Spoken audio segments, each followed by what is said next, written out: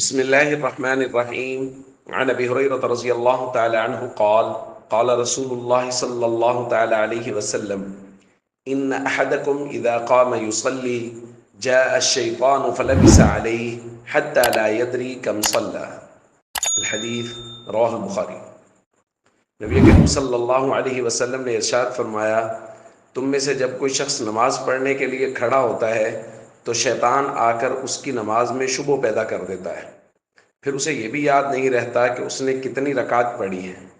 پھر حضور نے فرمایا، فَإِذَا وَجَدَ ذَلِكَ أَحَدُكُمْ، جب تم میں سے کسی کے ساتھ یہ معاملہ پیش آ جائے کہ اسے یہ بھی یاد نہ رہے کہ کتنی رکعت پڑھی ہے، فَلْيَسْجُدْ سَجْدَتَيْنِ وَهُوَ جَالِسٌ، تو وہ بیٹھے ہوئے آخر میں 2 سجدے کر لیں۔ دوستو، شیطان انسان کا سب سے بڑا دشمن ہے، اور قرآن کریم میں اس بات کو جہاں بیان کیا گیا ہے